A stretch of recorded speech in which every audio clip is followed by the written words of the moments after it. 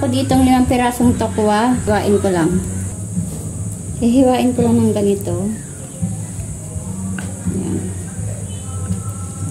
Tapos, hihiwain ko naman ng pahaba. Ganyan. Tapos, hihiwain ko siya ng into cubes. Yung mga malilit lang. Ganyan.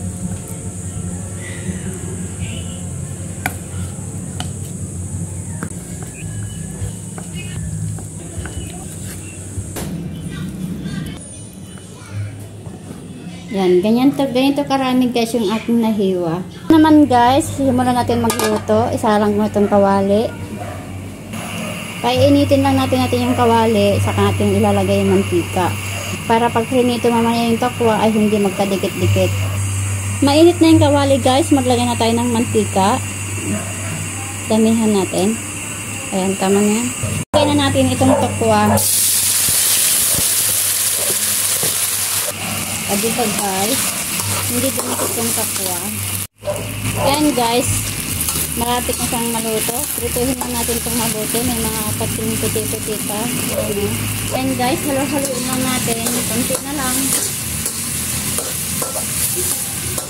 Okay na to guys. Haluin na natin para makapagsimula na tayo mag-isa.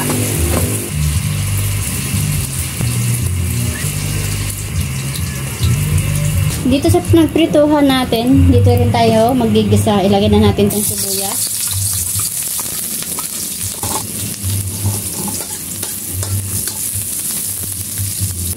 Ilagay naman natin itong tokwa.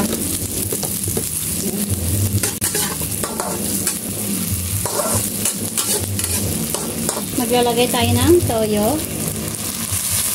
At saka itong oyster sauce. Lagay din tayo nitong calamansi juice.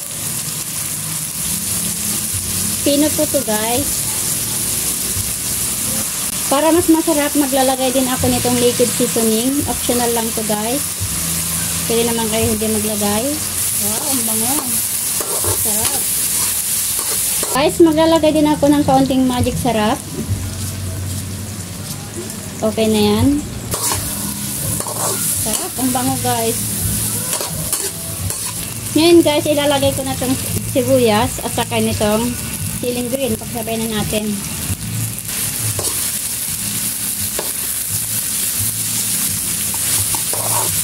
Ngayon guys, maglalagay ako nitong mayonnaise. Yan.